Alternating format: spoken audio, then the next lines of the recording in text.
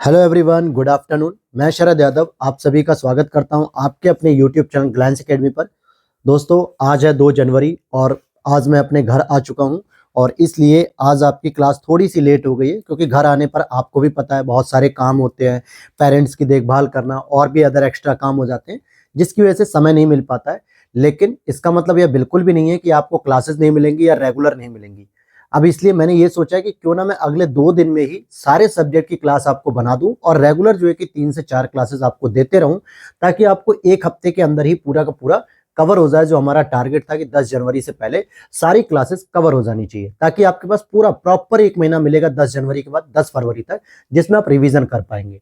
और जो पहली बार इस चैनल पर जुड़ रहे हैं उनको बता दूं कि ये घटना चक्र पूर्वालोकन जो सीरीज आती है 8 वॉल्यूम में, उसकी इंपॉर्टेंट जो बुक है, इसके नोट्स बनाए गए हैं शॉर्ट नोट्स के रूप में। क्योंकि जो RO exam, UP PCS exam, MP PCS, Bihar PCS, Uttarakhand PCS, इन सभी के लिए बेहद ही जरूरी है। लेकिन इतनी मोटी बुक होती है कि ये कंपाइल नहीं हो पाती है और रिवीजन नहीं हो पाती है। इसलिए YouTube का एकमात्र ऐसा प्लेटफॉर्म है जो कि ग्लैंस एकेडमी हम लोगों का प्लेटफॉर्म है, जहां पर शॉर्ट नोट्स की पीडीएफ प्रोवाइड की जा रही है। पूरे शॉर्ट नोट्स तैयार किए गए, जिसमें सभी चैप्टर्स हमने इंक्लूड किए और साथ ही साथ उसकी व्याख्याओं और प्रश्नों को शामिल करते हुए। अब जैसे ये बायोलॉजी का लेक्चर चला और ये आज हमारा आखिरी लेक्चर होगा, जिसमें आज हम लोग 29 चैप्टर को विविध में देख रहे हैं। अब जिसके पास अगर घटना चक्र की बुक है, चाहे वो 2022 का एडिशन हो, चाहे 21 का हो, चाहे 23 का, हालांकि ये जो बनाई गई है शॉर्ट नोट्स, ये पूरे लेटेस्ट एडिशन जो 2023 अभी मार्केट में अवेलेबल है उसी से बनाया गया है, जिसमें 2022 तक के पूरे एमसीक्यू शामिल हैं। और उसमें आप देखोगे चैप्टर नंबर 29 काउंट करोगे तो उसमें विविध ही मिलेगा आपको, क्योंकि पूरे के पूरे चैप्टर हमने इंक्लूड किए हैं और मल्टीपल टाइम आपका रिवीजन हो पाएगा अगर आप इसकी पीडीएफ को परचेस कर लेते हैं, खरीद लेते हैं और साथ में प्रिंट आउट निकाल कर हमारी क्लास से रेगुलर स्टडी करेंगे ना, तो आपको मैं गारंटेड कर रहा हूं कि आपका 70 to 80% मार्क्स इंक्रीज कर जाएगा। क्यों? क्योंकि जो चीजें आपकी गलत हो रही हैं, जो कॉन्सेप्ट आपका गलत हो रहा है, जो फैक्ट गलत हो रहा है, वो चीजें घटना चक्र से रिवाइज हो जाती हैं। लेकिन इतनी मोटी बुक होने की वजह से पढ़ नहीं पाते, तो सबसे जब आसान सॉल्यूशन हम प्रोवाइड करा रहे हैं तो आप उसको लेकर बस रिवीजन कर लीजिए। यही आपके लिए एक बेहतर रणनीति हो सकती है। और जिन भी लोगों ने इस पीडीएफ को परचेस किया, उसमें फीडबैक उनके बहुत प्यारे प्यारे आए और उन्होंने खुद बताया कि सर हमारा अब इंक्रीज हो गया है, काफी क्वेश्चन मार्क्स अच्छे आ रहे हैं, मतलब टेस्ट पेपर में भी, हमारे मॉक टेस्ट में भी नंबर अच्छे आ रहे हैं, क्योंकि जो चीजें गलत हो रही थी वो आपकी क्लास से और आपकी पीडीएफ से सर रिवीजन होने लगी, अच्छा हो गया वो। तो आप भी पीडीएफ को परचेस कर सकते हैं, जिसके लिए वीडियो के नीचे व्हाट्सएप नंबर दिया गया है, जहां पर आप मैसेज करके पूरी इंक्वायरी कर सकते हैं, पेमेंट सिस्टम को देख सकते हैं, अदर सब्जेक्ट की भी आप जो है प्राइस को देख सकते हैं। सारी प्राइस बहुत ही कम रखी गई, जेन्युइन प्राइस है, ताकि हर एक स्टूडेंट अफोर्ड कर सके और हमारी टीम को भी कोई नुकसान नहीं होना चाहिए, क्योंकि मेहनत करने पे उसे रिवॉर्ड मिलना चाहिए। तो ये सारी चीजें थी। तो चलिए शुरू करते हैं अब हम अपने आज के चैप्टर की, और आज हमारी ये आखिरी लेक्चर होगी। इसी में हम पूरी बायोलॉजी को कंप्लीट कर देंगे, चाहे 1 घंटे की हो चाहे 1.5 घंटे की। ठीक है, तो शुरू करते हैं। हमारा चैप्टर है आज विविध। तो सबसे पहले इसमें एक प्रश्न आता है कि संरक्षा संस्था, जिसको इस तरीके से इंग्लिश में लिखा जाता है कैपिटल लेटर में, क्योंकि इसकी एक फुल फॉर्म होती है जो कि बहुत बड़ी है, इसलिए मैंने उसको नहीं लिखा। ये स्पेशली एड्स शोध एवं नियंत्रण परियोजना बंगलुरु से जुड़ी हुई है। तो समझने वाली बात है कि ये भारत सरकार के द्वारा एक योजना चलाई गई, जिसको संरक्षा संस्था के रूप में कहते हैं, और ये एड्स पर होने वाली जो बीमारी होती है एड्स की, उस पर रिसर्च करती है। उसको कंट्रोल करने के लिए क्या क्या प्रोग्राम्स लॉन्च किए जा सकते हैं, और ये बंगलुरु के द्वारा संचालित होती है, मतलब वहां पर। तो संरक्षा संस्था आपसे पूछा जा सकता है। उसके बाद अगर हम देखें तो bill and Melinda Gates foundation द्वारा आवाहन एक पहल चलाई गई, ये भी एड्स की रोकथाम से संबंधित है, क्योंकि दोस्तों भारत में एड्स की प्रॉब्लम अभी भी बनी हुई है और एड्स हम कह सकते हैं जागरूकता के अभाव में फैलता है। जैसे अगर आप अपने पार्टनर के साथ इंटरकोर्स कर रहे हैं या किसी भी जगह पर, तो आपको प्रोटेक्शन यूज करना चाहिए। दूसरा, किसी भी प्रकार की ऐसी सुई या सिरिंज का प्रयोग नहीं करना चाहिए जो इन्फेक्टेड हो। तो आप कहोगे सर हमें कैसे पता चलेगा कि ये इन्फेक्टेड है कि नहीं? तो मत पता चले, एक काम ये तो कर सकते हो कि नई सिरिंज का प्रयोग करो। 5 से 10 रुपए 20 रुपए की सिरिंज आती है, आप उसको खरीदिए और उसको लगवाइए। डॉक्टर अगर यूज की हुई सिरिंज लगा रहा है तो आप उसे रोको, कहो कि नहीं मुझे नई सिरिंज लगाओ, चाहे 10 रुपए मुझसे एक्स्ट्रा ले लो। क्या पता उसने किसको लगाई, वो पेशेंट था, एड्स का नहीं था। तो इस तरीके के और यौन अप्राकृतिक तरीके जो संबंध होते हैं, इसमें भी एड्स की प्रॉब्लम बढ़ती है। तो बिल एंड मेलिंडा गेट्स के द्वारा भी आवाहन पहल चलाई जा रही है। इसी तरीके से नेशनल लेवल पर नेशनल एड्स कंट्रोल ऑर्गेनाइजेशन नाको की स्थापना 1992 में की गई, और यह भी एड्स नियंत्रण कार्यक्रम से जुड़ी हुई संस्था है। तो आप देखो 3 अलग अलग प्रोग्राम्स मैंने आपको बताए जो एड्स को रोकने के लिए काम करते हैं। जैसे संरक्षा हो गया, आवाहन हो गया, नाको हो गया। अब क्या करेगा, इन तीनों ऑप्शन को रख के एक कोई और संस्था का नाम रख देगा। अब पूछेगा इनमें से कौन एड्स को नियंत्रित करने से संबंधित नहीं है। तो यहां पर ये तीनों प्रश्न बन सकते हैं। इसी तरीके से मिशन इंद्रधनुष की बात करें तो इसकी शुरुआत 25 दिसंबर 2014 को की गई थी, जिसमें बच्चों एवं गर्भवती महिलाओं का टीकाकरण किया जाता है।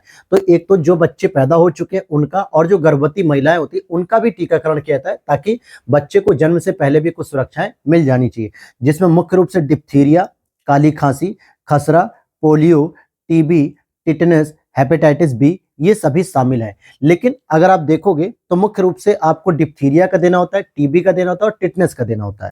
लेकिन हम यहाँ पर मिशन इंद्रधनुष के तहत हम जो 2014 में सरकार के द्वारा लॉन्च किया गया, तो ये बच्चों और गर्भवती महिलाओं को टीकाकरण लगाया था, जिसमें आपके वायरस से संबंधित भी बीमारी हो सकती है, जैसे आपका देखोगे पोलियो, हेपेटाइटिस है। वहीं आपका डिप्थीरिया, टिटनेस वगैरह जो बीमारियां ही है, और टीबी, ये सब जीवाणुओं से भी होने वाली बीमारी है। तो ये किसी प्रकार की बीमारी हो सकती है, लेकिन ये 5-6 बीमारियों को टारगेट किया जा रहा है। अब यहाँ पे कुछ कार्यक्रम भी हो रहे हैं जो उनके प्रारंभ वर्ष है, जैसे अंधत्व नियंत्रण कार्यक्रम। जैसे लोगों में जो ब्लाइंडनेस बढ़ रही थी, अंधापन बढ़ रहा था, उसको रोकने के लिए 1976 में प्रोग्राम लॉन्च किया। समन्वित बाल विकास योजना, ये कई बार पूछा जाता है, आपने इसको इंग्लिश में देखा होगा इस तरीके से, ICDS, integrated child development scheme, integrated child development scheme. इसको 1975 में लॉन्च किया गया। राष्ट्रीय कुष्ठ निवारण योजना, जो कुष्ठ होता था, लेप्रोसी जिसे हम कहते थे, तो 1983 में। और राष्ट्रीय ग्रामीण स्वास्थ्य मिशन, इसको हम लोग कहते हैं NRHM, यानी नेशनल रूरल, H मतलब हेल्थ और M से मिशन। तो इसकी भी स्थापना 2005 में की गई थी कि राष्ट्रीय स्तर पे हम ग्रामीण स्वास्थ्य की बात करेंगे। आगे हम देखते हैं यहाँ पे एक NFSH जो रिपोर्ट आती है, सर्वे आता है, इसके बारे में बात करें तो नेशनल फैमिली हेल्थ सर्वे, यानी कि राष्ट्रीय परिवार स्वास्थ्य सर्वेक्षण 5 की बात करें तो इसमें किन किन बीमारियों को शामिल किया गया है, कि जब हम इसकी रिपोर्टिंग करते हैं, सैंपलिंग करते हैं, इसका आंकड़ा कलेक्ट करते हैं, तो कौन कौन सी उसमें चीजों को शामिल किया गया। तो जैसे डायबिटीज की बात करें, हाई ब्लड प्रेशर, स्कूल पूर्व शिक्षा, यानी स्कूल में प्रवेश करने से पहले की शिक्षा, मृत्यु पंजीकरण, ये सभी शामिल हैं। लेकिन NFHS में हम लोग एड्स या HIV जैसे आंकड़ों को शामिल नहीं करते हैं। आयोडीन लैमिनेरिया शैवाल से प्राप्त किया जाता है। अब ये क्या है, आयोडीन की बात करें तो ये बहुत इंपॉर्टेंट है, क्योंकि थायराइड ग्रंथि की वजह से जो क्या होता है कि आपको घेंगा जैसी बीमारी होती है आयोडीन की कमी से। अगर आयोडीन की मात्रा भरपूर मिलेगी तो घेंगा जैसी बीमारी नहीं होगी। तो आयोडीन की मात्रा आप लैमिनेरिया शैवाल से भी प्राप्त कर सकते हैं। हालांकि जो सांभर झील से जो नमक बनाया जाता है उसमें भी आयोडीन की मात्रा होती है, और हम प्रचार में भी देखते हैं कि देश का शुद्ध नमक टाटा नमक, जिसमें आयोडीन की मात्रा भरपूर होती है। लेकिन फिर भी सवाल के रूप में अगर पूछा जाए कि कौन सी ऐसी प्राकृतिक वनस्पति है जिससे हम आयोडीन को भरपूर मात्रा में प्राप्त कर सकते हैं, तो आपका उत्तर होना चाहिए लैमिनेरिया।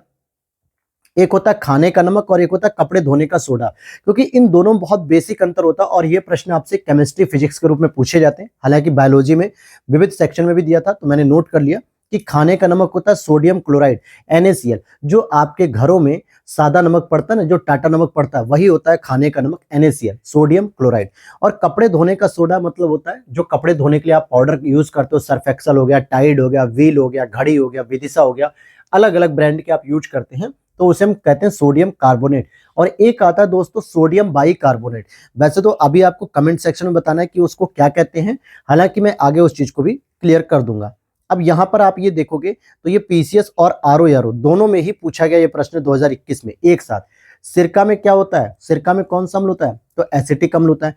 दूध अगर खट्टा है तो लैक्टिक अम्ल कहलाएगा। हड्डियों में यौगिक होता है कैल्शियम फास्फोरस का, या कैल्शियम फास्फेट कह दो। अमाशय में जो अम्ल पाया यानी पेट में, वो HCl पाया। ये मैंने ऊपर की क्लास में ही आपको पिछले 2-3 लेक्चर पहले जब ह्यूमन बॉडी के पार्ट पढ़ रहे थे तो बहुत डिटेल से HCl का फंक्शनिंग बताई, कि जो आप खाना खाते समय कोई चावल खा लेते हो तो उसमें कोई पत्थर चला जाता है, कंकड़ चला जाता है दाल में खाते समय, या धान चला गया, या कोई बाल का टुकड़ा चला गया, तो HCl उसको पूरा का पूरा गला देता है। इतना हैवी स्तर का ये हाइड्रोक्लोरिक अम्ल होता है। फलों के पकने के लिए एथिलीन एक प्राकृतिक हार्मोन है, और एक हम गैस का भी प्रयोग करते हैं जिसका नाम होता है एसिटिलीन।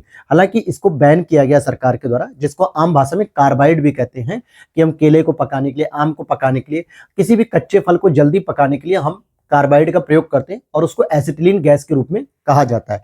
फिर साइट्रिक अम्ल बनाने में उपयोगी होती है, मतलब साइट्रिक अम्ल जो है कि बनाने में क्या उपयोगी हो सकता है, एस्परजिलस उपयोगी हो सकता है, ठीक, तो यहां से आपका एक प्रश्न इस बार भी आरओ के एग्जाम में रहेगा, इसी 5-6 में से।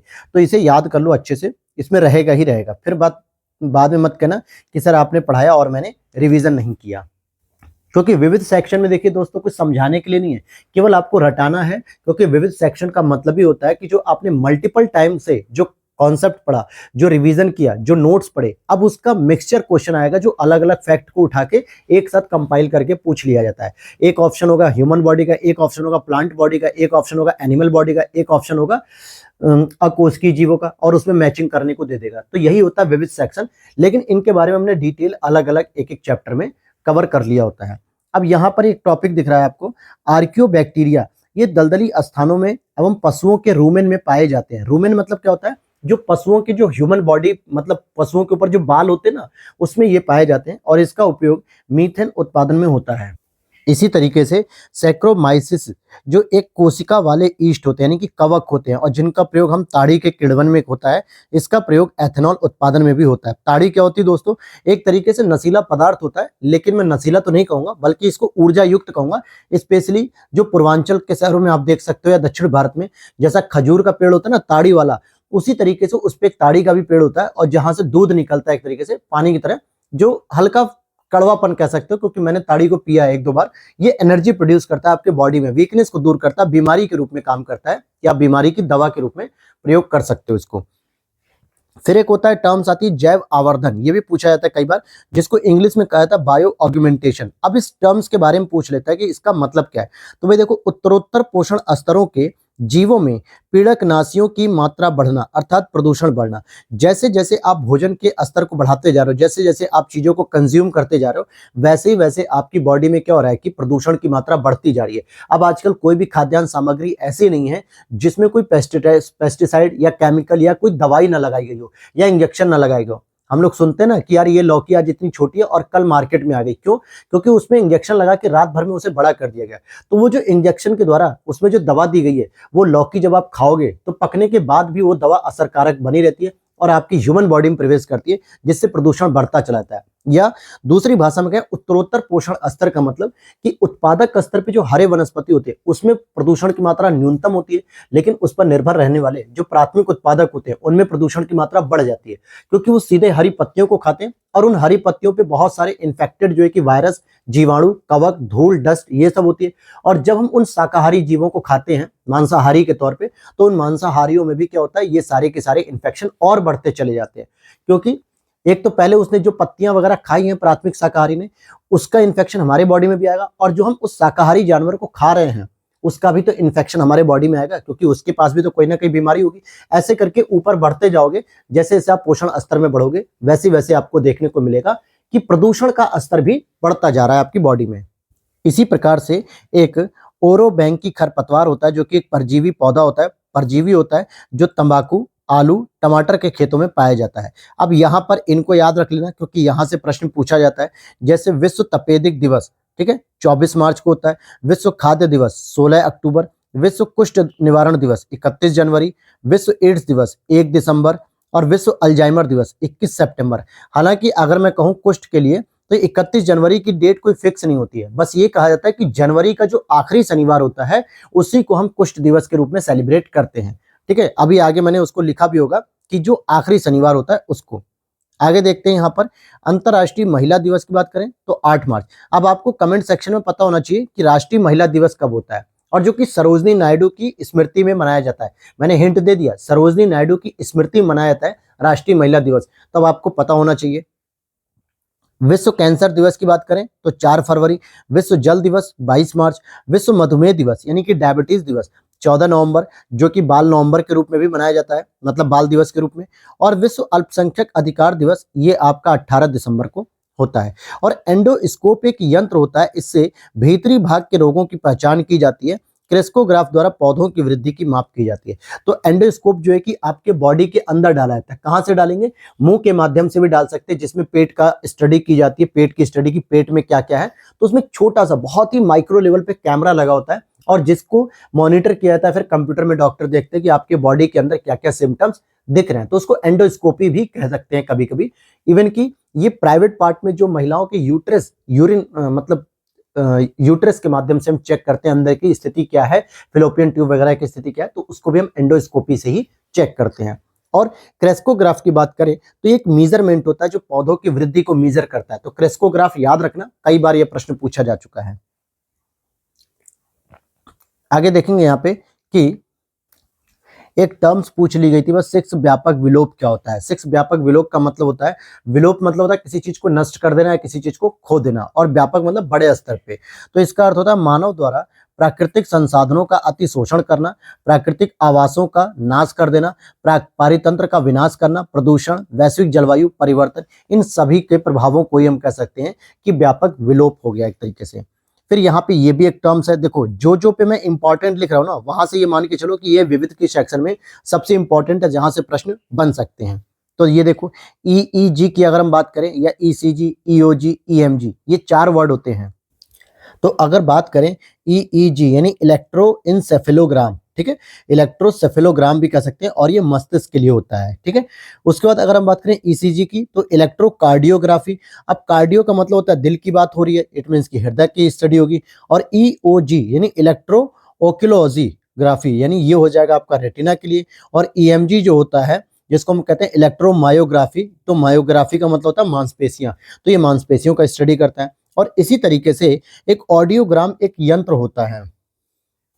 तो ऑडियोग्राम जो यंत्र होता है वो कान के लिए यूज होता है, और ऑडियो का मतलब ही होता है आपका सुनना, तो ये कान के लिए हो गया। वहीं मेमोग्राम एक होता है, ये वक्ष यानी सीने के लिए होता है, इसकी स्टडी की जाती है। अब बीएमडी की बात करें तो सामान्यतः बीएमडी को फुल फॉर्म कहते हैं बोन मिनरल डेंसिटी, यानी कि हड्डियों में आपके कितना खनिज है उसका घनत्व चेक किया जाता है। तो बोन मिनरल डेंसिटी की जो परीक्षण की जाती है, तो ये ऑस्टियोपोरोसिस रोग की पहचान के लिए होती है, अस्थिर रंध्रता, यानी अगर आपकी हड्डी में कैल्शियम और फास्फेट या फास्फोरस जैसे खनिजों की मात्रा कितनी है और कितनी कम है, इसका स्टडी की जाती है बीएमडी परीक्षण के द्वारा। तो इन केस जैसे आपने ईसीजी पढ़ा, ईईजी पढ़ा, ईओजी पढ़ा, ईएमजी पढ़ा, तो ये जो शॉर्ट में पढ़ा वैसे बीएमडी को भी आप याद रख लेना।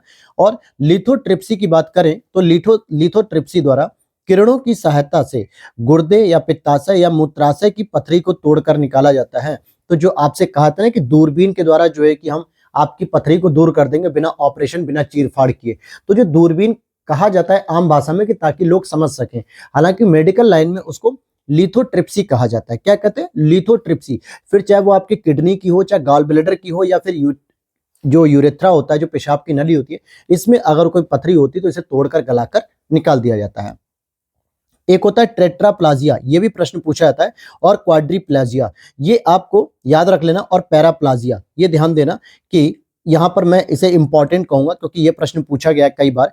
तो देखिए टेट्राप्लाजिया को ही हम क्वाड्रीप्लेजिया भी कहते हैं। इसका अर्थ क्या होता है कि दोनों हाथों, दोनों पैरों में पक्षाघात या लकवा हो जाना, इसे क्वाड्रीप्लेट्रा या टेट्राप्लाजिया भी कहते हैं। और जबकि पैराप्लेजिया का मतलब होता है कि शरीर के निचले हिस्से यानी दोनों पैर में लकवा होना। अब जैसे किसी व्यक्ति को दोनों हाथ दोनों पैर में एक साथ फालिस लग गई, पैरालिसिस अटैक आ गया, या लकवा हो गया, पक्षाघात हो गया, अब उसकी बॉडी मूवमेंट नहीं कर रही है, पूरे के पूरे दोनों हाथ दोनों पैर खराब हो गए, तो इसको हम कहते हैं कि टेट्राप्लाजिया हो गया या क्वाड्रीप्लाजिया हो गया। लेकिन अगर केवल उस व्यक्ति के कमर के नीचे का हिस्सा डैमेज हो गया, केवल पैरों में लकवा आया, हाथ सही है, मुंह सही है, फेस सही है, सारे काम कर रहा है, तो इसका मतलब हो गया उसे पैराप्लाजिया हो गया। पैरा मतलब पैरों में जो है कि इन्फेक्शन हो गया। आगे देखते हैं कृत्रिम रेशे। अब यहां से भी बहुत बार प्रश्न पूछा जाता है जो आप कंफ्यूज रहते हो। जैसे कृत्रिम रेशे एक प्रकार का सिंथेटिक फाइबर है। सिंथेटिक का मतलब क्या होता है? जो बनाया जाता है, जिसे हम रेयॉन भी कहते हैं। तो ध्यान देना, रेयॉन कैसा फाइबर है? एक कृत्रिम रेशम है, सिंथेटिक रेशम भी कह सकते हो, और इसे प्राकृतिक स्रोतों यानी कि वृक्ष और कृषि उत्पादों से प्राप्त किया था, लेकिन इसको सिंथेटिक तौर पे तैयार किया था कृत्रिम रूप से। ऑक्सीटोसिन की बात करेंगे तो पौधों का एक हार्मोन होता है। एस्पर्टम की बात करेंगे तो ये संश्लेषित मधुरक होता है, यानी इसको तैयार किया जाता है किण्वन के माध्यम से स्वीटनेस के रूप में या स्वीटनर के रूप में। और नियोप्रीन की बात करें तो ये एक विशिष्ट रबड़ होती है। कैसी होती है? ये स्पेसिफाइड रबड़ होती है, नियोप्रीन, विशिष्ट रबड़। फिर आगे देखते हैं कि ऊन की बात करें तो ऊन एक प्रोटीन होता है। रबर की बात करें तो यह एक प्राकृतिक बहुलक होता है। फुलरिन की बात करें तो यह कार्बन का अपरूप होता है, जैसे फुलरिन 60 भी कहा जाता है, ग्रेफाइट हो गया, कार्बन हो गया, ये सब कार्बन के अपरूप माने जाते हैं। ऊन की बात करें दोस्तों तो ऊन अगर आपको देखने में तो लगेगा बहुत सिल्की है, बहुत चिकना है, ऐसा आपको लगेगा कि ये डैमेज नहीं हो सकता, लेकिन ऊन की बात करूं तो ये जैव निम्नीकरण है, क्योंकि ये भेड़ या बकरी के बालों से प्राप्त किया था। और भेड़ बकरी कैसे होते हैं, जैविक घटक होते हैं। तो जब उनको भी हम डिकम्पोज कर सकते हैं तो उनके जो पदार्थ हैं, ऊन जिससे बनता है, उसे भी डिकम्पोज किया जा सकता है। जबकि प्लास्टिक के कप हो गए, एल्यूमिनियम फॉइल, जिसमें आप लोग कहीं ऑफिस जा रहे हो या स्कूल जा रहे हो या कोचिंग जा रहे हो तो आप उसमें पेपर में रैप करते हो पराठे वगैरह, कोई भी खाने के सामान, तो एल्युमिनियम फॉयल और कांच की बोतल, ये सभी के सभी जो है कि जैव निम्नीकरण नहीं है, यानी इनका अपघटन नहीं हो सकता, ये डिकम्पोज नहीं हो सकते, जबकि ऊन डिकम्पोज हो सकता है। फिर आगे दे रहा है, कौन सा पादप रेशा तने से प्राप्त होता है, यानी कि रेशा है और तने से प्राप्त होता है तो उसे हम कहते हैं सनई पादप रेशा। कौन सा ऐसा पादप रेशा जो तने से प्राप्त होता है, तो सनई पादप रेशा। कृत्रिम गर्भाशय में प्रयुक्त स्पर्म जो होता है, इस शुक्राणु को कितने नाइट्रोजन पर रखा है, तो पहली चीज होती है कि तरल नाइट्रोजन पे और माइनस के 320 डिग्री फ़ारेनहाइट, ये फ़ारेनहाइट में है। और या फिर आप शुष्क बर्फ अथवा अल्कोहल जो कि माइनस के 100 फ़ारेनहाइट पे भी संग्रहित कर सकते हो। तो जो स्पर्म होते हैं जिनको हम लैब में रखते हैं तो हम कहते हैं ना कि तरल नाइट्रोजन पे तो माइनस के 320 डिग्री फ़ारेनहाइट या फिर आपका माइनस 183 डिग्री सेल्सियस पर भी आप इसे रख सकते हो। एक सेल्सियस हो गया और एक फ़ारेनहाइट हो गया। अब यहाँ पे कुछ पशु हैं और उनकी नस्लों की बात करें तो जैसे भैंस की बात करेंगे तो ये भदावरी इसकी नस्ल हो गई। गाय की बात करें तो गाय की सिंधी भी है और थारपारकर भी है। बकरी की बात करें तो ये जमुनापारी इसकी नस्ल होती है। राष्ट्रीय गोकुल मिशन का उद्देश्य क्या था दोस्तों? हालांकि इसको 2015 में शायद लॉन्च किया गया है, एक बार कमेंट सेक्शन में बताइएगा जो इसका सही आंसर है। ये देसी गाय अथवा गायों की देसी नस्ल की रक्षा करनी है। अब देसी गाय कौन सी होती है? आप अक्सर गांव में अगर देखे होंगे तो देसी गाय मिलेगी या तो पूरे सफेद रंग की या पूरे लाल रंग की। छोटी छोटी गाय होती है, छोटी सी सींग होती है उनकी, और वो दूध भी कम देती है। मुश्किल से एक बार अगर आप उसे दुहोगे, सुबह एक दूध निकालते हो तो 3 लीटर 4 लीटर से ज्यादा वो दूध नहीं देती है, और फिर शाम में भी दूध 3 से 4 लीटर ही दे पाती है। तो ये देसी गाय होती है, छोटी होती है, कम स्पेस लेती है और कम खाना खाती है। तो इसी सब गायों को, जो कि आप देखोगे कि जो कृष्ण जन्माष्टमी पर दिखाया जाता है कृष्ण के साथ लीला करते हुए, तो जो गाय हैं वो यही गाय दिखाई जाती है कि देसी गायों को वो चरा रहे होते हैं। तो इसलिए वहां से कनेक्ट करके इसको गोकुल नाम दे दिया गया इस मिशन को, और इसमें देसी गायों की नस्ल को हमें बचाना है। फिर उसी के आगे हम देखें निश्चेतक, जिसको हम लोग बेहोशी कहते हैं, इसके रूप में जो प्रयुक्त होने वाला पदार्थ है, जो भी दवाइयां दी जाती हैं, तो क्लोरोफॉर्म जिसको सूंघ कर आदमी बेहोश हो जाता है, नाइट्रस ऑक्साइड हो गया, हेलोथेन हो गया, क्लोरोप्रोपेन, कोकीन, सल्फोनल, बोरोनल। ठीक है, तो ये सारे के सारे जो पदार्थ है वो निश्चेतक के रूप में प्रयोग किए जाते हैं। अब इसमें क्लोरोफॉर्म जो है कि सामान्यतः आपको जो व्हाइटनर यूज करते हैं, हालांकि अब तो व्हाइटनर जो है कि बहुत स्मार्ट लेवल का आ गया पेन का, लेकिन पहले आप देखोगे, याद होगा, तो सीसी में आते थे व्हाइटनर, एक व्हाइट कलर का पाउडर होता था और एक लिक्विड होता था। तो लिक्विड में भी क्लोरोफॉर्म मिला रहता था, और कुछ नशेड़ी लोग क्या करते थे, उसी को रुमाल पे छिड़क के और उसको सूंघते थे, मस्त एकदम घूमते थे। ठीक है, तो ये एक बेहोशी का होता है, या यूं कहें कि अपनी सारी इंद्रियों को सुस्त कर देने के तरीके होते हैं। आगे देखोगे कि अस्पतालों में मंद निश्चेतक के रूप में नाइट्रस ऑक्साइड गैस का प्रयोग किया जाता है। मंद निश्चेतक का मतलब होता है कि जब आपका ऑपरेशन होता है ना, तो यूथनेसिया दिया जाता है, आपको एक बेहोशी का इंजेक्शन दिया जाता है, ताकि आपका जो ऑपरेशन हो तो उस समय आप बेहोश रहें और आपको पता भी नहीं चलना चाहिए कि कितना आपकी चीर फाड़ कर दी गई शरीर में। लेकिन उसके बाद 2 घंटे 3 घंटे बाद आपको होश आ जाना चाहिए। ऐसा ना हो कि हैवी डोज दे दी गई और आप कोमा में चले गए, तो आपका ऑपरेशन तो हो गया लेकिन आप दोबारा उठ नहीं पाए। इसलिए जो दिया जाता है ना निश्चेतक, वो भी बहुत लिमिटेड मात्रा में, बहुत सोच समझ के दिया जाता है कि कहीं ऐसा ना हो कि व्यक्ति परमानेंटली बेहोश हो जाए, वो कोमा में चला जाए। तो इसलिए उस समय नाइट्रस ऑक्साइड गैस का प्रयोग किया जाता है। नॉन स्टेरॉयडल गर्भ निरोधक गोली, जिसको CDRI लखनऊ द्वारा विकसित किया गया, उसका नाम है सहेली, सेट्रॉन, छाया। ये एक तरीके से गर्भ निरोधक गोली है जो नॉन स्टेरॉयडल है, जो आपकी बॉडी में हार्मोनल इम्बैलेंस भी नहीं होने देती, किसी प्रकार का नुकसान नहीं होता है, और इसका प्रयोग किया जाता है कि अगर कोई महिला बच्चे नहीं चाहती अभी और केवल शादी कर लिए, अपना करियर बनाना चाहते हैं और इंटरकोर्स भी करना चाहते हैं लेकिन बच्चे नहीं चाहते, तो गर्भ निरोधक के रूप में वो सहेली, सेट्रॉन और छाया, इस तरीके की दवाइयों का प्रयोग कर सकते हैं। आगे देखते हैं, अंतर्राष्ट्रीय ओलंपिक समिति यानी इंटरनेशनल ओलंपिक कमेटी ने कोलेस्ट्रम को सुरक्षित आहार यानी ड्रग्स मुक्त बताया, जिसका प्रयोग एथलीटों द्वारा प्रयोग किया जाता है। अब जैसे आपको याद होगा कि इसमें बहुत सारी जो कमेटी होती है वो ड्रग्स की जो है कि जांच करती है, और अगर ड्रग्स पाया जाता है तो उसके बाद उसे बैन कर दिया जाता है। हालांकि ऐसा मेरे एक फैमिली मेंबर में भी हुआ था, जो इंटरनेशनल एथलीट है, और उनको बैन किया गया था 3 से 4 साल के लिए, लेकिन उसके बाद वो बैन हट गया, क्योंकि उसमें उनकी गलती नहीं थी, कोच की गलती थी। अब मैं नाम नहीं रिवील करूंगा, और इसमें अगर मैं बात बताऊं कि होता क्या है ना कि बहुत सारे एथलीट क्या होते हैं कि कुछ इस तरीके के स्टेरॉइड यूज करते हैं या केमिकल यूज करते हैं जिससे उनकी बॉडी का स्टेमिना बढ़ जाता है। जैसे आप जिम देख लो, जिम करने वाले लोग क्या करते हैं कि साथ में वे प्रोटीन खाते हैं, कैरेटीन खाते हैं, क्रिएटिन जो से कहते हैं, बहुत सारी चीजों को खाते हैं। इससे क्या होता है कि वो डंबल या वेट लिफ्टिंग को अच्छे से कर पाते हैं। अब जैसे मैं अगर जिम जाऊं या आप जाओ, जो कि कभी आप जिम नहीं जाते हो, बहुत करोगे 10 किलो 15 किलो का वेट उठा पाओगे रॉड पे। लेकिन अगर आप वही वे प्रोटीन वगैरह और केराटिन यूज कर रहे हो, केमिकल यूज कर रहे हो, तो आप 30-35 किलो तक का वेट उठा लोगे आराम से, बिना किसी सपोर्ट के, बिना किसी व्यक्ति की मदद लिए। तो इससे क्या हुआ, आपकी बॉडी में स्टेमिना बढ़ गया और आपकी बॉडी बहुत एक्टिव मोड में आ गई। तो इसी तरीके से इसमें भी होता है कि कुछ दवाओं का, कुछ ड्रग्स का प्रयोग किया था, जिससे अगर आप कोई धावक है जो तेज दौड़ रहा है तो और तेज दौड़ेगा। अगर कोई एफिशिएंसी वाला वर्क कर रहा है, कोई भी काम कर रहा है, तो इसकी एफिशिएंसी बढ़ जाती है, दक्षता बढ़ जाती है और उसकी परफॉर्मेंस अच्छी हो जाती है। तो इसी वजह से उससे क्या होता है कि वो बायसनेस हो जाती है और वो गलत माना जाता है, इसलिए उसको बैन किया जाता है। लेकिन इसी तरीके से कोलेस्ट्रम भी एक ड्रग्स होता है, लेकिन इसको ड्रग्स मुक्त घोषित किया गया कि एक सुरक्षित आहार है जिसको अगर कोई व्यक्ति खाता है तो उसके शरीर में ताकत आएगी, ऊर्जा आएगी, लेकिन उसे ड्रग्स नहीं माना जाएगा। क्लियर। अब यहाँ पे यौगिक है और उसके वर्गीकरण, तो एड्रोनेलिन जो होता है वो एक हार्मोन होता है जिसको एड्रीनेलिन भी कहते हैं, जो हमारे माइंड में रिलीज होता है। थायमिन की बात करें तो विटामिन है, जो कि विटामिन B1 थायमिन, इसकी कमी से बेरी बेरी रोग होता है। केरेटिन की बात करें तो ये एक प्रोटीन होता है। और सैक्रिन की बात करें तो एक कार्बनिक यौगिक होता है जो कि कृत्रिम मिठास बढ़ाने के लिए यूज होता है।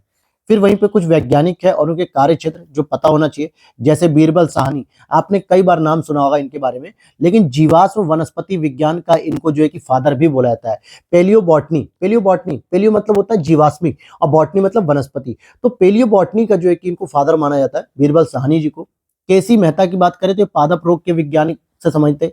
पी माहेश्वरी की बात करें तो भ्रूण विज्ञान से समझते। और MS स्वामीनाथन जी की बात करें तो हरित क्रांति से थे। हालांकि अभी इनका हाल ही में निधन हुआ 1-1.5 महीने पहले, जिसके बारे में मैंने डिटेल जो है कि विजन IAS की मंथली मैगजीन में कवर किया टॉपिक को, आप उसे भी देख सकते हो।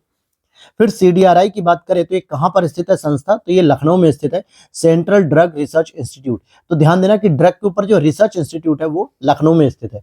भारतीय सर्वेक्षण विभाग विज्ञान और प्रौद्योगिकी मंत्रालय के अधीन है और इसका हेडक्वार्टर कहां पे है, देहरादून में है। तो भारतीय सर्वेक्षण विभाग जो कि विज्ञान और प्रौद्योगिकी यानी साइंस एंड टेक्नोलॉजी मंत्रालय के अधीन है और इसका हेडक्वार्टर कहाँ पे है दोस्तों, तो देहरादून में। वहीं CDRI अभी हमने पढ़ा, सेंट्रल ड्रग रिसर्च इंस्टीट्यूट, तो ये कहाँ पे है, लखनऊ में। लेकिन CCMB की बात करेंगे तो ये हैदराबाद में, और ये जेनेटिक इंजीनियरिंग से संबंधित है। ध्यान देना कि centre for cellular and molecular biology, यानी जो आपके सेल और मसल्स इनसे संबंधित कोई भी बायोलॉजी का काम होता है, इट मीन्स की साइंटिफिक रिसर्च की जाती है, तो उसका सेंटर कहाँ पे था, हैदराबाद में, और इसी के द्वारा परमिशन भी दी जाती है। वहीं सेंट्रल सॉल्ट रिसर्च इंस्टीट्यूट, यानी कि नमक से संबंधित जो इंस्टीट्यूट है वो भावनगर गुजरात में।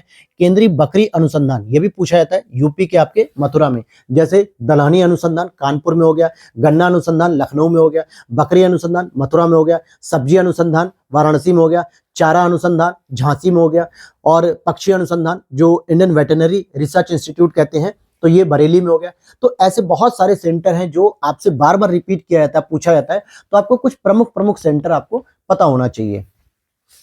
फिर उसके बाद high security animal disease laboratory, जो कि भोपाल MP में स्थित है। High security animal disease laboratory Bhopal MP में स्थित है। आगे देखते हैं अब हम यहाँ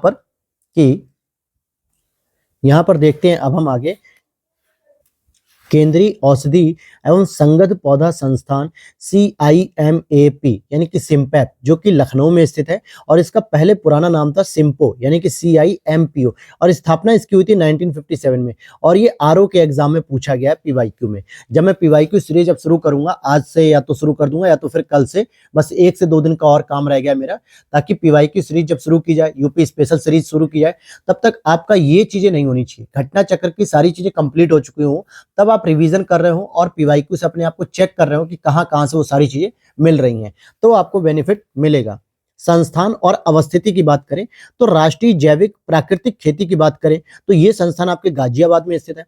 भारतीय दलहन अनुसंधान कानपुर में, भारतीय सब्जी अनुसंधान वाराणसी, भारतीय गन्ना अनुसंधान लखनऊ, और भारतीय गन्ना प्रजनन केंद्र कोयम्बटूर तमिलनाडु। इन दोनों में कंफ्यूजन नहीं होना चाहिए, क्योंकि भारतीय गन्ना पे अनुसंधान की बात हो रही है और ये गन्ना पे प्रजनन केंद्र की बात हो रही है। तो एक लखनऊ यूपी और एक कोयम्बटूर तमिलनाडु में, और यही मैंने मुख्य सेंटर आपको बताए थे जो पूछा जाता है। और भी कुछ और इंपॉर्टेंट सेंटर है जैसे राष्ट्रीय मानसिक विकलांग संस्थान, ये सिकंदराबाद हैदराबाद में स्थित है मानसिक विकलांग पे। राष्ट्रीय दृष्टिहीन संस्थान देहरादून में, अस्थि रोग विकलांगता कोलकाता में, सेंट्रल लेप्रोसी संस्थान ये आगरा में दोस्तों, बिल्कुल ताजमहल के बगल में ही है। और Indian institute of sugar technology की बात करेंगे तो शुगर टेक्नोलॉजी की बात करें तो कानपुर में है, जबकि गन्ना अनुसंधान लखनऊ में है। डीएनए फिंगरप्रिंटिंग की बात करें तो ये हैदराबाद में है। सूक्ष्म जीवी प्रौद्योगिकी यानी कि माइक्रो बायोलॉजी जो होती है, माइक्रो बायोलॉजी प्रौद्योगिकी चंडीगढ़ में है।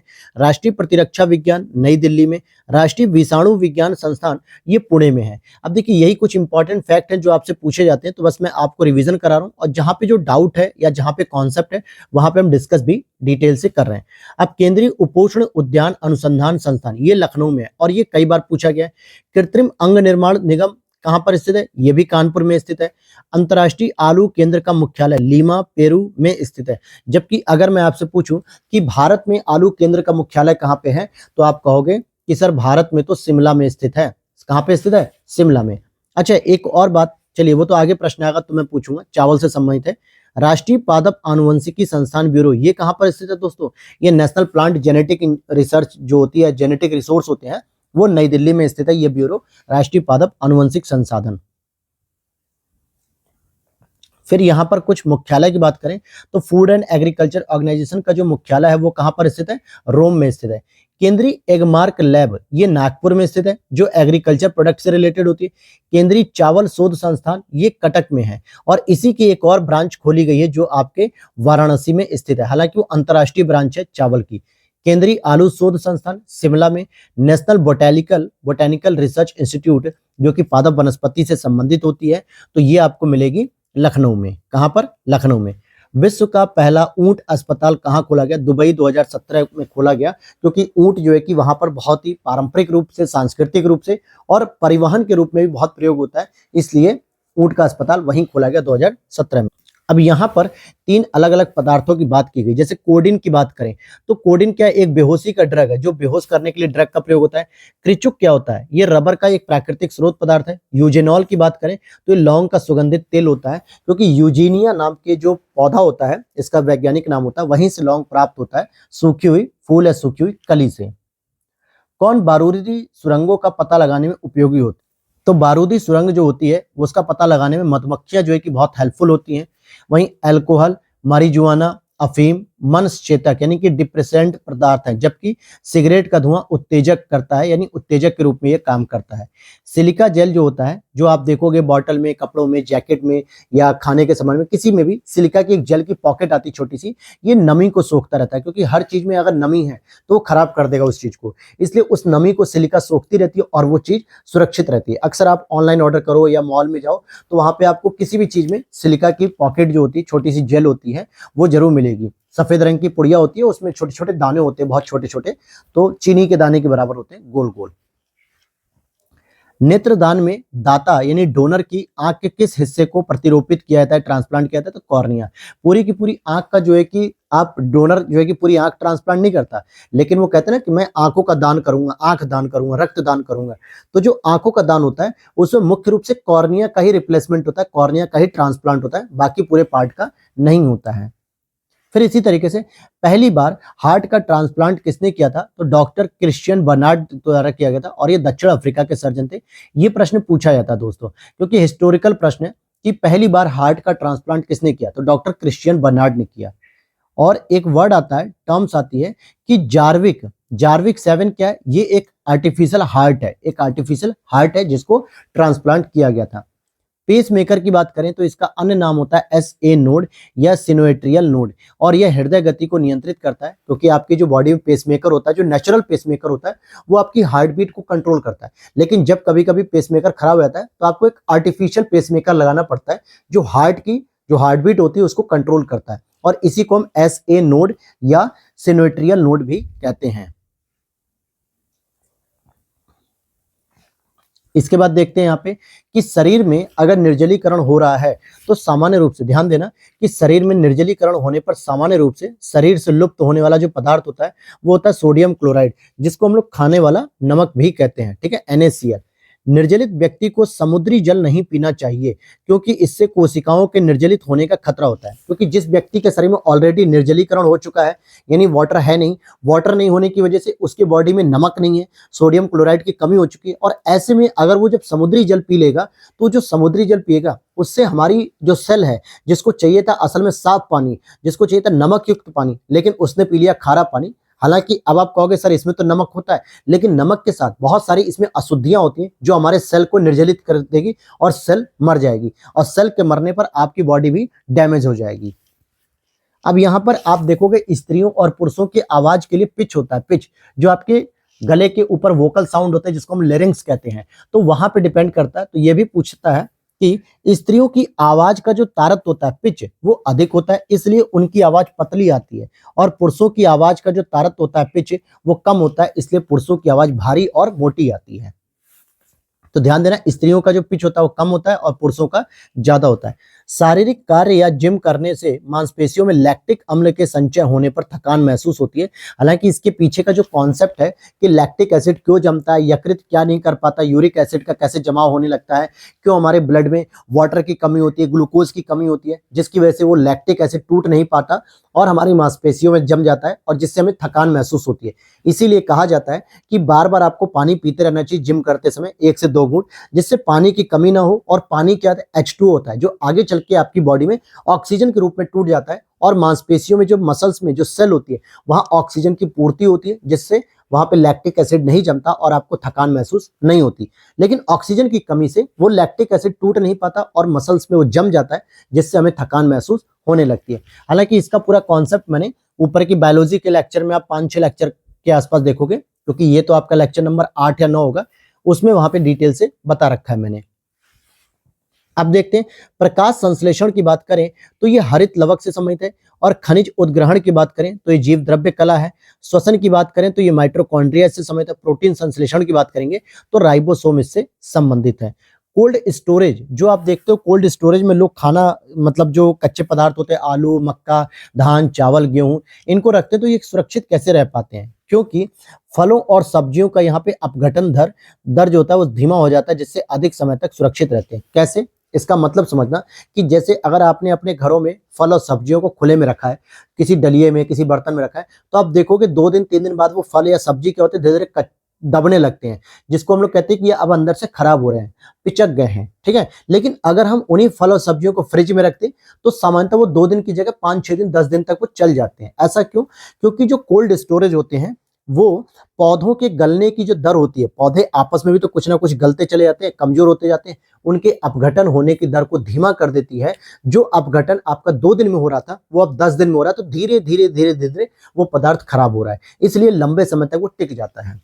जीवाणुओं की खोज की अगर हम बात करें तो ये लिवन हॉक ने की है, और एडवर्ड जेनर ने 1796 में सर्वप्रथम टीकाकरण की शुरुआत की, और चेचक के टीके का आविष्कार भी इन्होंने किया, और इम्यूनोलॉजी का जनक भी इसे ही कहा जाता है। इम्यूनोलॉजी का मतलब होता है कि आपकी इम्यूनो सिस्टम कैसे बढ़ेगा जब आपका टीकाकरण किया जाएगा, और वो टीकाकरण किया था एडवर्ड जेनर ने सबसे पहले, इसलिए इनको टीकाकरण का फादर भी कहते हैं, इम्यूनोलॉजी का फादर भी कहते हैं।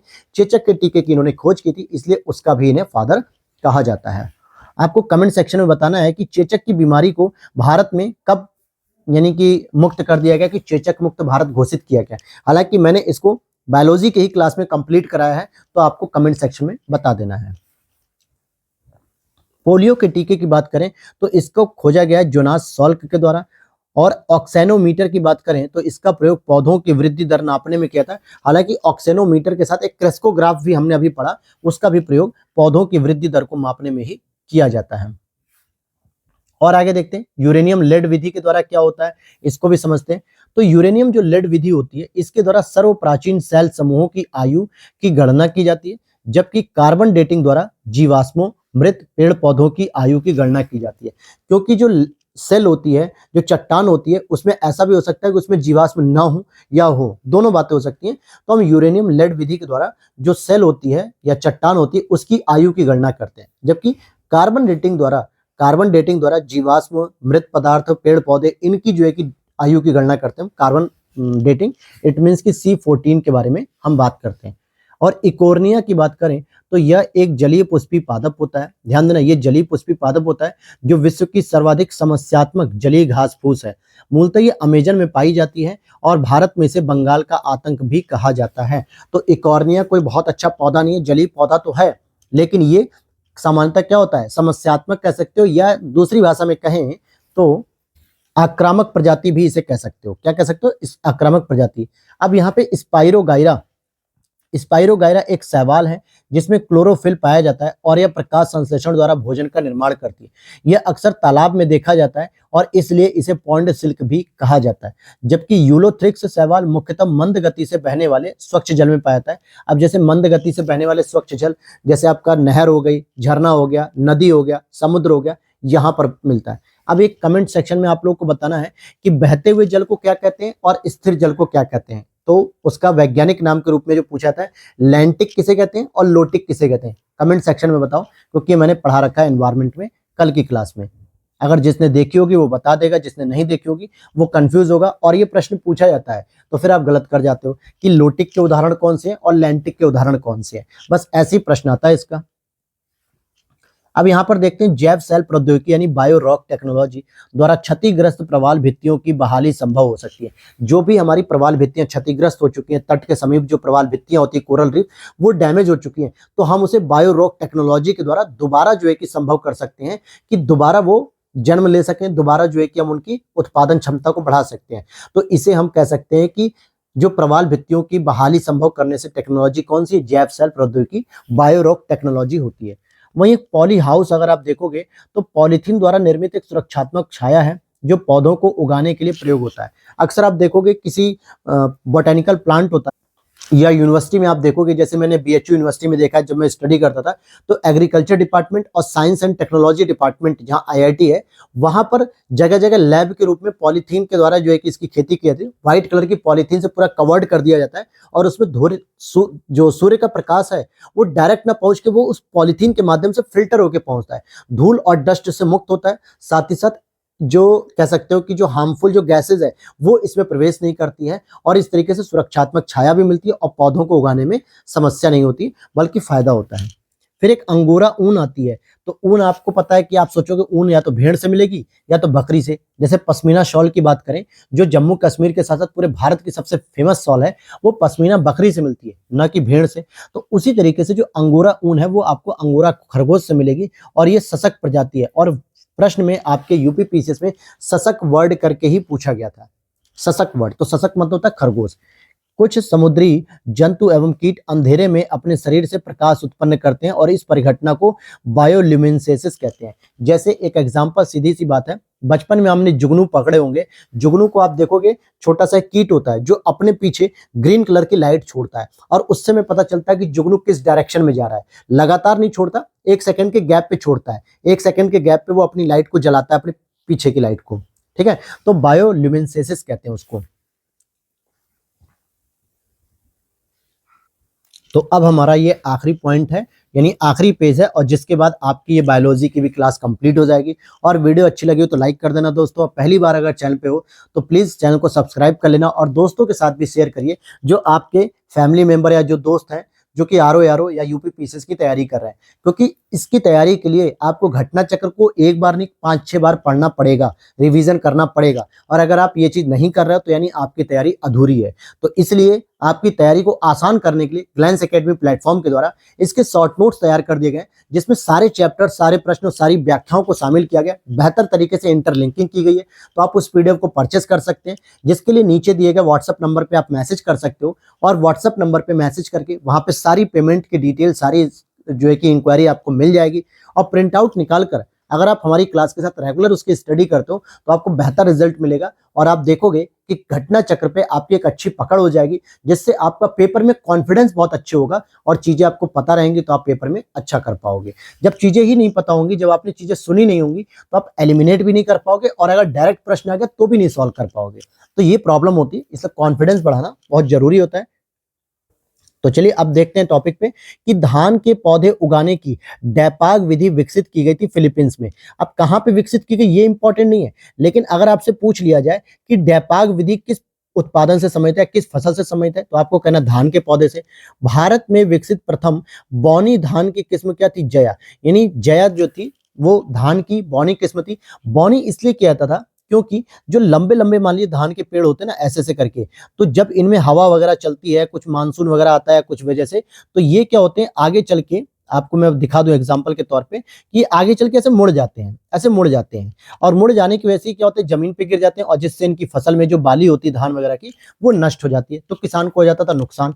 तो इसलिए एक नई जो किस्म को जो है कि प्रजाति को विकसित किया गया, जिसका जो प्रकार था वो कैसी थी? छोटी छोटी थी, मतलब बौनी प्रजाति थी। अब यहाँ पे जब जो पेड़ छोटा है तो उसकी फली पे कितना भी लोड दे दो वो कहीं ना कहीं गिरेगा नहीं, ठीक है। तो इससे खेतों की फसल पूरी सुरक्षित रहती थी, तो उसका नाम रखा गया जया। मच्छरों के नियंत्रण हेतु प्रयोग की जाने वाली कीट भक्षी मछली जो कि गैम्बूसिया, ये बहुत इंपॉर्टेंट प्रश्न है, क्योंकि जहां पर मच्छर का जो है कि लार्वा वगैरह पैदा होता है रुके हुए पानी में, तालाब में, तो वहां पे अगर आप गैम्बूसिया मछली को डाल दोगे तो वो क्या करती है, इनके सभी लार्वा को खा जाती है, जिससे मच्छर को जो है कि नहीं पैदा होने देती है और मच्छर का नियंत्रण बढ़िया होता है। तो गैम्बूसिया एक मछली है। फिर आगे देखें, विश्व का प्रथम देश भूटान है जिसने 2004 में तंबाकू एवं इसके उत्पादों की बिक्री पर पाबंदी लगा दी थी, कि तंबाकू का न तो उत्पादन होगा और न ही इसकी बिक्री की जाएगी, और 2004 में दुनिया का पहला ऐसा देश जिसने ये काम किया। भारत में क्या होता है, बहुत सारे एडवर्टीजमेंट दिए जाते हैं, हर मूवी देखने के पहले थिएटर में आपको पहले वो महेश का सीन दिखा देते हैं, एक महिला का सीन, कि उसके मुंह में जबड़े में देखो कि कैंसर हो गया तंबाकू का सेवन करके। एक तरफ तंबाकू को रोकने की बात होती है, सरकार के द्वारा अभियान चलाया जाता है, नशा मुक्ति अभियान, लेकिन दूसरी तरफ जो तंबाकू लोग बेच रहे हैं, जो तंबाकू का प्रोडक्शन कर रही है कंपनियां, उन पे कोई बैन भी नहीं लगाया जाता, कोई प्रतिबंध भी नहीं लगाया जाता। लेकिन भूटान ने दोनों ही काम किए, ना तो प्रोडक्शन होगा ना बेचा जाएगा, दोनों ही तरीके से हटा दिया। अब यहाँ पर एक लास्ट के 2 पॉइंट है। ज्ञान जो हमें विद्यालय से मिलता है वो क्या कहलाता है? अर्थगत स्मृति, यानी कि सिमेटिक मेमोरी। अब इसका पॉइंट मुझे नहीं समझ में आता कि बस क्यों दिया था। वहीं सूचनाओं के प्रक्रमण के समय व्यक्ति के मस्तिष्क में जो मानसिक क्रिया चलती है उसे हम कहते हैं चिंतन। भाई आप थिंकिंग करते हो तभी तो कोई ना कोई आपके मस्तिष्क में कोई क्रिया चलती है। हालांकि दोनों ही प्रश्न आपके एमपीपीसीएस के थे। अब वहां पे किस लॉजिक से ये प्रश्न पूछा गया ये मुझे नहीं पता, 81 82, लेकिन मैंने लिख दिया क्योंकि एमपी वाले भी इस चीज को तैयारी करते हैं घटना चक्र से, तो उनके लिए बेनिफिट रहेगा। तो चलिए अब ये सब चीजें तो हो गई आपकी कंप्लीट। तो अब हम देख लेते हैं कि कौन कौन से हमारे सेगमेंट कंप्लीट हो गए और कौन कौन से अभी बचे हुए हैं। तो आप देखोगे कि इंडियन ज्योग्राफी कंप्लीट हो गई, क्लियर है दोस्तों, और इंडियन पॉलिटी भी आपकी कंप्लीट हो चुकी है, और साथ ही साथ अब आपकी बायोलॉजी भी कंप्लीट हो चुकी है, और आपका एनवायरमेंट ऑलरेडी चल रहा है, और मॉडर्न हिस्ट्री आपकी चल रही है। तो मॉडर्न हिस्ट्री को अब मैं ही पढ़ाऊंगा क्योंकि निशु मैम की जो तबीयत है वो ठीक नहीं चल रही है, इसलिए मैं ही अब उस चीज को कंटिन्यू करूंगा, उन्होंने कहा है। तो एनवायरमेंट भी पढ़ाऊंगा, मॉडर्न हिस्ट्री पढ़ाऊंगा। एनवायरमेंट में आपके 3 लेक्चर हो चुके हैं, जो आगे हो सकता है कि 6 से 7 लेक्चर आएंगे, यानी अगले 6 से 7 दिन में आपका ये कवर हो जाएगा, जिसमें आज चौथा लेक्चर आपका आ ही जाएगा, तो आगे 4-5 दिन में कवर। मॉडर्न हिस्ट्री के भी अप्रॉक्स मान के चलिए कि 10 से 11 लेक्चर आएंगे, जिसमें 3 ऑलरेडी हो गए हैं और मुश्किल से 1 हफ्ते का इसमें काम और बचा हुआ है। इसके बाद आपके लिए हम कवर करेंगे वर्ल्ड ज्योग्राफी, जो कि हम सोच रहे हैं कि एक साथ 3 सब्जेक्ट तो जरूर लेके चलें, तो एनवायरमेंट, मॉडर्न हिस्ट्री और वर्ल्ड ज्योग्राफी, इन तीनों ही सेगमेंट को एक साथ कवर किया जाएगा। वर्ल्ड ज्योग्राफी भी 8 से 10 लेक्चर में कवर हो जाएगी।